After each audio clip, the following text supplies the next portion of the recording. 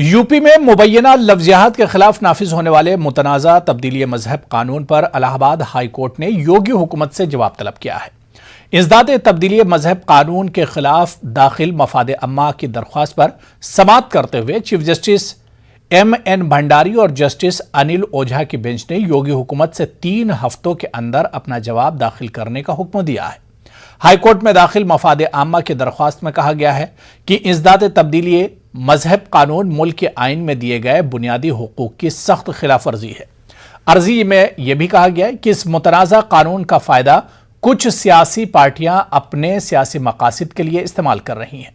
वाज़ह है कि इलाहाबाद हाईकोर्ट में इस्दात तब्दीली मजहब कानून के खिलाफ 2 अर्जियां पहले से ज़ेर समाअत हैं।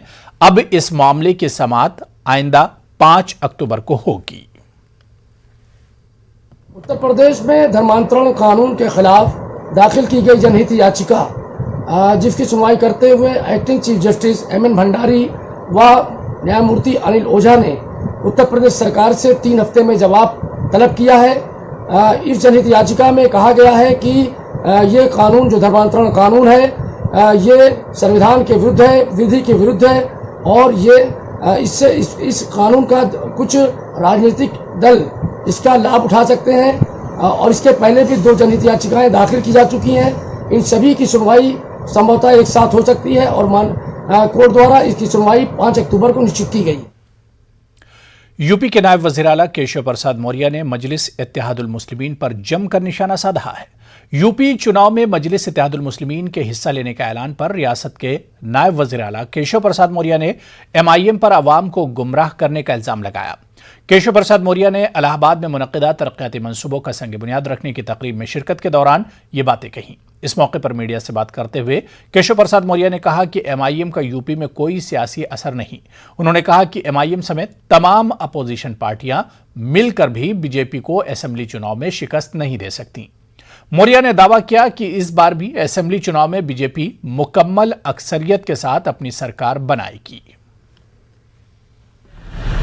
देखिए, MIM का मैं मानता हूं कि उत्तर प्रदेश में कोई मतलब नहीं। यह सारे के सारे दल एक लक्ष्य लेकर के आते हैं कि भाजपा को रोको, अर्थात 2024 में अगर मोदी जी को रोकना है तो 2022 में उत्तर प्रदेश में बीजेपी को रोको। आम जनता बहुत जागरूक है, बहुत समझदार है। इन सारे लोगों ने एक कह लीजिए कि सांप और न्योले की दोस्ती जो 2019 में लोकसभा के चुनाव में हो गई थी। सपा और बसपा ने गठबंधन किया था और चुनाव परिणाम आने से पहले ही सब प्रधानमंत्री पद की शपथ लेने की तैयारी कर रहे थे। लेकिन जनता के दिल में माननीय नरेंद्र मोदी जी और भारतीय जनता पार्टी है और माननीय नरेंद्र मोदी जी और भारतीय जनता पार्टी अगर जनता के दिल में है तो हम इन सारे विरोधियों के एक साथ होने के बाद भी 2017-2022 में दोहराएंगे। अलीगढ़ में कल वज़ीर-ए-आज़म नरेंद्र मोदी एक अवामी जलसे से खिताब करते हुए राजा महेंद्र प्रताप सिंह यूनिवर्सिटी और डिफेंस कॉरिडोर का संग बुनियाद रखेंगे। 14 सितंबर को होने वाले इस प्रोग्राम की तैयारियों का जायजा लेने के लिए आज उत्तर प्रदेश के वज़ीर आला योगी आदित्यनाथ खुद अलीगढ़ पहुंचे थे, जहां उन्होंने मुआयना करते हुए अफसरान को हिदायत की और कहा कि तकरीब में किसी तरह की भी कोई लापरवाही बर्दाश्त नहीं की जाएगी। अलीगढ़ के लोधा इलाके में होने वाले इस प्रोग्राम की तैयारियों के जायजे को लेकर योगी आदित्यनाथ का यह अलीगढ़ का दूसरा दौरा था। इस प्रोग्राम को कामयाब बनाने के लिए जिला इंतजामिया और पार्टी कारकुनान गुज़िश्ता 10 दिनों से मुसलसल काम कर रहे हैं। तैयारियों का जायजा लिया हमारे नुमाइंदे मोहम्मद कामरान ने। अलीगढ़ के अंदर कल 14 सितंबर को मुल्क के वज़ीर-ए-आज़म नरेंद्र मोदी एक प्रोग्राम में शिरकत करेंगे। इस प्रोग्राम की तैयारियों का जायज़ा लेने के लिए आज उत्तर प्रदेश के वज़ीर आला योगी आदित्यनाथ अलीगढ़ पहुंचे थे। आप देख सकते हैं किस तरह से यहाँ मंच है और यहाँ तैयारियाँ की जा रही हैं और बहुत बड़े पैमाने पे इस प्रोग्राम को करने की तैयारी है।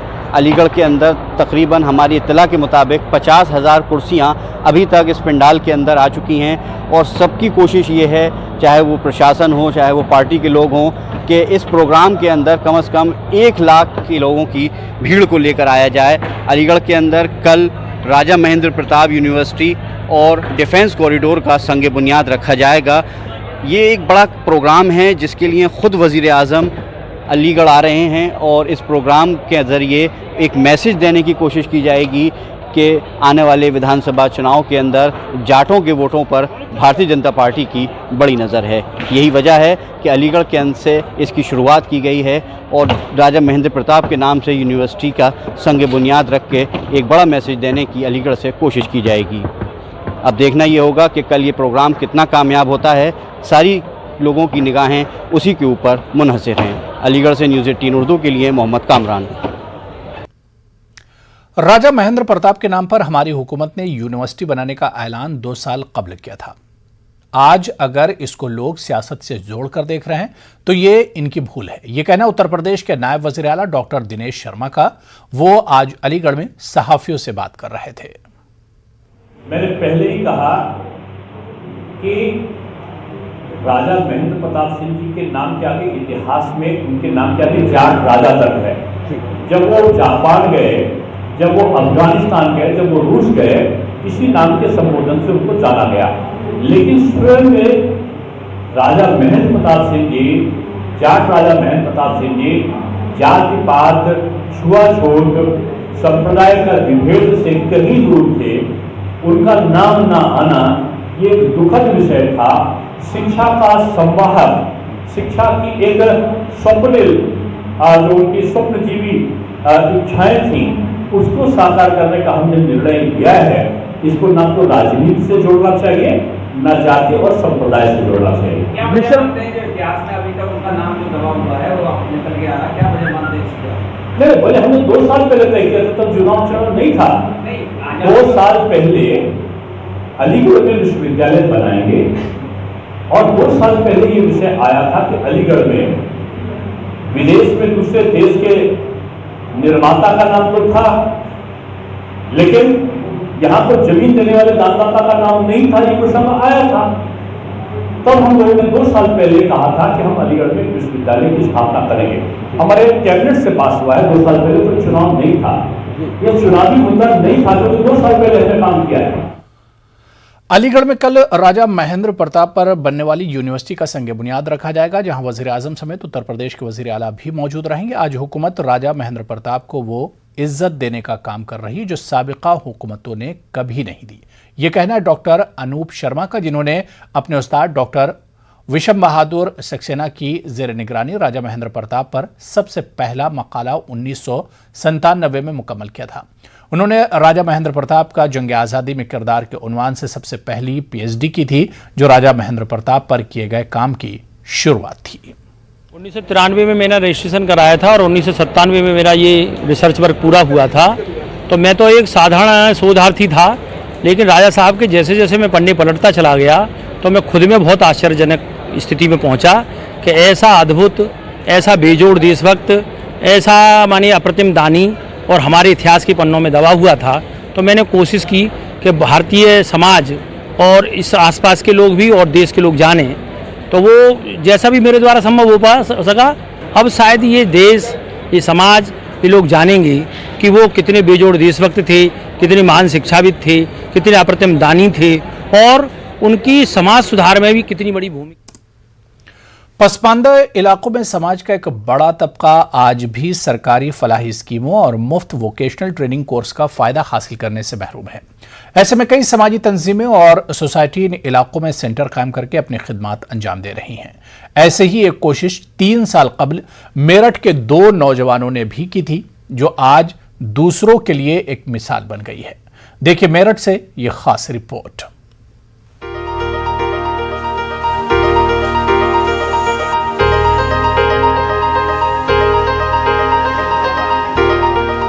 मेरठ शहर के पिछड़े इलाकों के बच्चों के लिए सरकारी वोकेशनल ट्रेनिंग कोर्स के लिए सहूलियात के फुकदान और इसकी ज़रूरत को महसूस करते हुए मेरठ के अली फैज़ और अदीबा ने ख़ास तौर पर लड़कियों के लिए एक ऐसा ट्रेनिंग सेंटर कायम करने का इरादा किया जहां कंप्यूटर की तालीम के साथ लड़कियों को सिलाई और ब्यूटिशियन का कोर्स बहुत ही मामूली फीस पर करने की सहूलियात फराहम हो।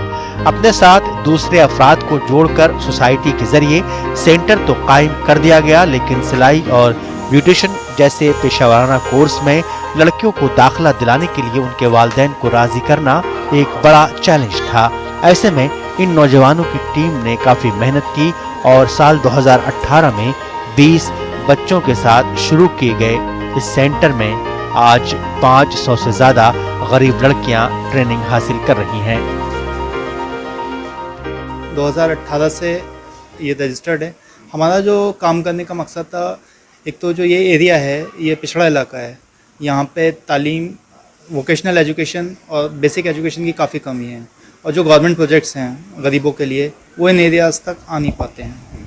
तो हमने और जो प्रोजेक्ट्स हैं भी वो काफ़ी दूरी पे हैं, तो यहाँ के जो लोग हैं वो अपनी बच्चियों को या बच्चों को वहाँ तक नहीं भेज पाते। ये सोच के हमने यहाँ पे एक सेंटर स्टार्ट किया 2018 से, जिसमें बहुत ही कम फीस पे हमने यहाँ कोर्स स्टार्ट किए, लगभग 3 रुपये रोज़ पे, जिसमें हम beautician, stitching, mehndi, computer, Urdu classes ये लोग हम यहाँ चला रहे हैं, और अल्हम्दुलिल्लाह हम इसमें कामयाब भी हैं। लोगों का हमारे पे यकीन है।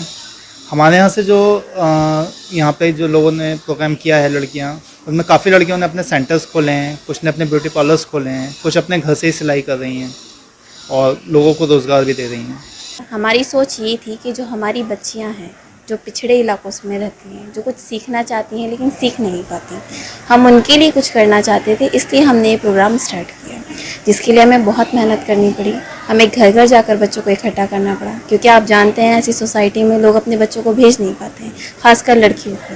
तो हमें घर घर जाकर समझाना, उन्हें एक भरोसा दिलाना कि हम यहाँ पर किस तरीके से काम कर रहे हैं, और फिर अपना सेंटर विज़िट कराना कि हम कहाँ पर किस तरीके से क्या काम करेंगे, ये समझाने में बहुत हमें दिक्कतें आई, लेकिन धीरे धीरे लोगों का हम पर यकीन कायम हुआ, और आज माशाल्लाह से आप देख ही सकते हैं हमारे सेंटर में 550 से ज़्यादा बच्चियाँ पढ़ रही हैं। बहुत कम मेंटेनेंस फीस में इस तरह के पेशेवराना कोर्स करने की सहूलियात अपने इलाके में ही हासिल होने के बाद धीरे धीरे दाखिला लेने वाली बच्चियों की तादाद बढ़ती चली गई।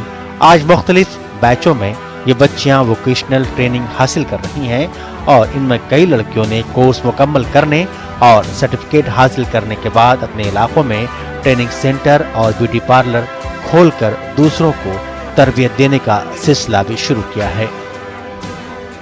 मैं 2 महीने से यहाँ पर आ रही हूँ, और मैं यहाँ पर सिलाई सीखती हूँ। यहाँ बहुत ज़्यादा सहूलियत है, मशीन ऐसे मिल जाती है, बस हमें कपड़ा लाना पड़ता है। 3 रुपये रोज़ हम यहाँ पर सिलाई सीखते हैं, क्योंकि और जो सेंटर है यहाँ पर वो बहुत ज़्यादा महंगी फ़ीस लेते हैं, इसलिए हम जा नहीं पाते, और वो दूर भी हैं, इसलिए हमारे घर वाले हमें यहीं पर ही भेजना सही समझते हैं। मैं इसलिए सीख रही हूँ ताकि मैं भी ऐसे ही कुछ कर सकूँ, मतलब ये सेंटर खोल सकूँ, क्योंकि यहाँ पर हमारे यहाँ सेंटर नहीं है, दूर से दूर तक जो है वो बहुत महंगे हैं, और रोज़गार यहाँ बहुत कम है, गरीब हैं सब, मशीन भी नहीं ला पाते, इसलिए मशीन यहीं मिल जाती है, इसलिए हम यहीं पर आते। मैं यहाँ पर सिलाई सीखने के लिए आती हूँ, और फिर यहाँ के बाद डायरेक्ट स्कूल जाती हूँ। मैं सिलाई इसलिए सीखना चाहती हूँ ताकि फिर मुझे अपने लिए सीखती हूँ मैं, ताकि फ्यूचर में कोई प्रॉब्लम ना हो अपने लिए, मैं सिलाई के लिए। फिर यहाँ से डायरेक्ट मैं स्कूल भी जाती हूँ 12 o'clock, और यहाँ पे कहीं और सेंटर बहुत ज़्यादा महंगे हैं, यहाँ पे 100 रुपीज़ मंथ पर ईज़िली सीख लेते हैं, और सारे सामान यहीं पर रहता है, मशीन वगैरह भी घर से लाने की ज़रूरत नहीं पड़ती, और जगह मशीन लेकर जानी पड़ती है, यहाँ पर मशीन सेंटर में मिलती है, तो हमें कुछ सामान भी नहीं लाना पड़ता है, सारा सामान यहीं पे होता है, बहुत फैसिलिटीज़ हैं यहाँ पर। मैं ब्यूटिशियन टीचर हूँ, मैंने यहीं से सिखाया है कोर्स। बाहर बहुत महंगा सिखाते हैं, बट यहाँ पर बहुत ही कम में बहुत अच्छा सिखाया जा रहा है, और मैंने भी यहीं से सिखाया और आज यहीं सिखा रही हूँ। माशाल्लाह बहुत प्यारा सिखाया जाता है यहाँ पर काम, और इन सब बच्चों को सिखा रही हूँ, ये यहीं की बदौलत है। मैं ऐसा ही करना चाहती हूँ, जो बच्चे नहीं कर पाते, इतना अफोर्ड नहीं है उनका, इतना नहीं है कि वो कर पाएँ इतना महंगे में, तो उन्हें मैं सस्ते में अच्छे से अच्छा सिखाना चाहती हूँ। मैं ऐसे ही किसी इलाके में अपना पार्लर खोलकर कम पैसों में अच्छा काम करना चाहती हूँ। पिछड़े इलाकों में प्रोफेशनल ट्रेनिंग कोर्स के मराकज़ कायम करने की ज़रूरत को महसूस करते हुए मामूली मेंटेनेंस फीस में इन नौजवानों ने सेंटर की शुरुआत तो की है, लेकिन बच्चों की बढ़ती तादाद और सहूलियात के मुताबिक अब मज़ीद मराकज़ कायम करने की ज़रूरत को देखते हुए फ़ंड की ज़रूरत भी महसूस की जा रही है। ऐसे में ये अफराद समाज और मिल्लत के साहिब हैसियत अफराद से आगे आकर मदद करने की अपील कर रहे हैं। मेरठ से न्यूज़ 18 उर्दू के लिए तंजीर अंसार की रिपोर्ट।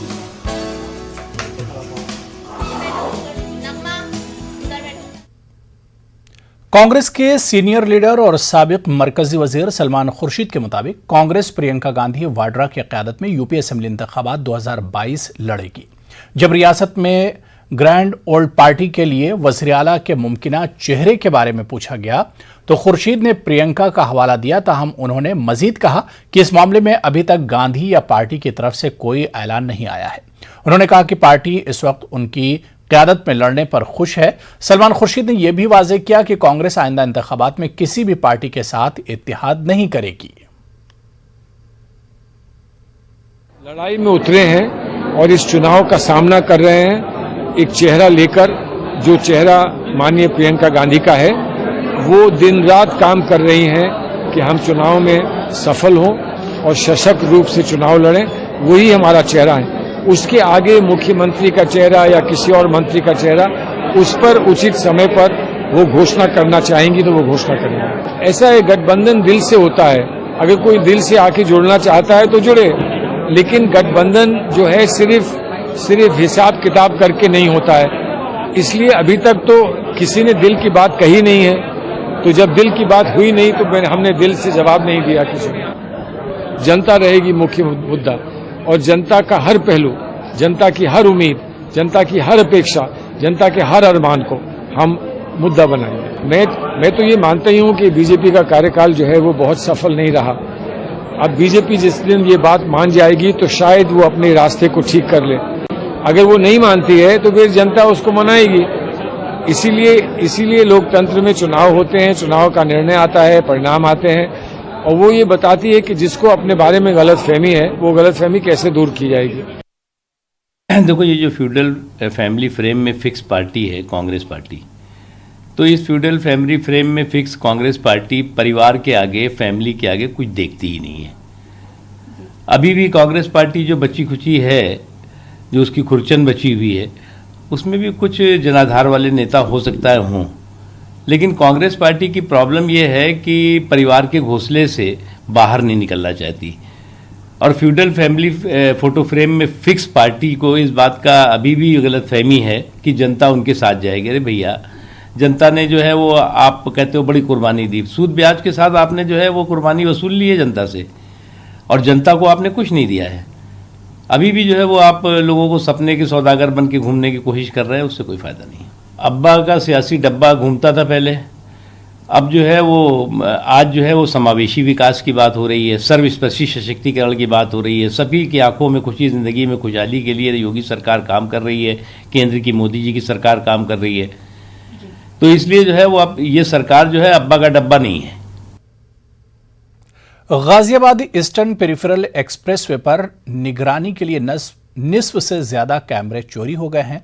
70 सीसीटीवी कैमरे और बैटरियां चोरी हो चुकी हैं। अगर हम इसके बारे में बात करें तो इसका रोड सेफ्टी सिस्टम पर गहरा असर पड़ रहा है।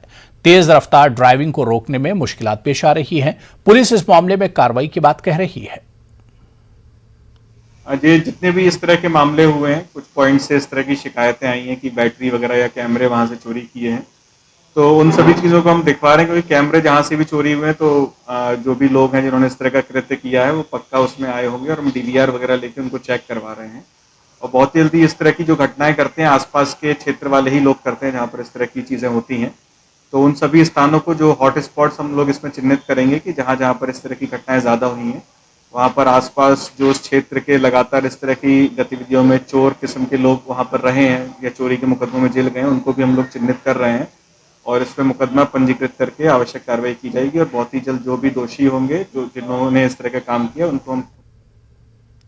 हरियाणा में महकमा सेहत वैक्सीनेशन की रफ्तार को बढ़ाने को मजबूत बनाने में कोई कसर नहीं छोड़ रहा है। इसी कड़ी में हरियाणा के अंबाला में 3 रोजा टीकाकारी कैंप मुनक्किद किया गया, जिसके लिए महकमा सेहत ने रोजाना 30,000 अफराद को टीके लगाने का हदफ मुकर्रर किया है।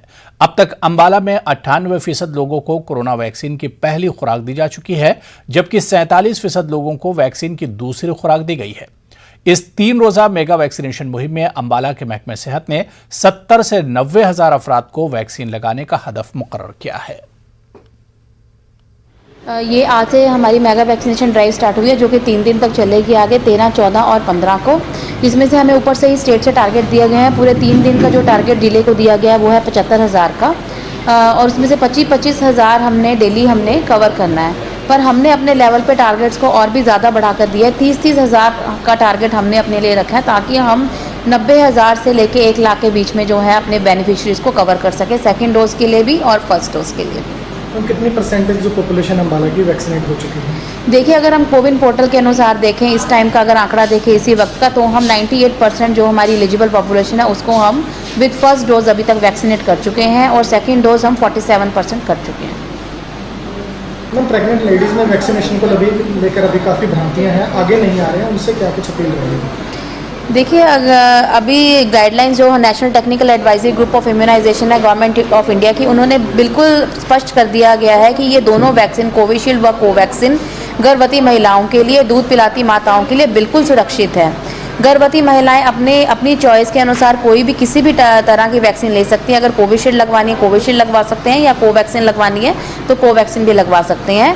और सबसे बड़ी बात यह है कि ये बिल्कुल सेफ़ है प्रेगनेंसी में, और किसी भी महीने में 9 महीने के किसी भी टाइम के दौरान ये वैक्सीन गर्भवती महिला ले सकती हैं। चलिए यहाँ पर रुकेंगे फिलहाल छोटे से ब्रेक के लिए।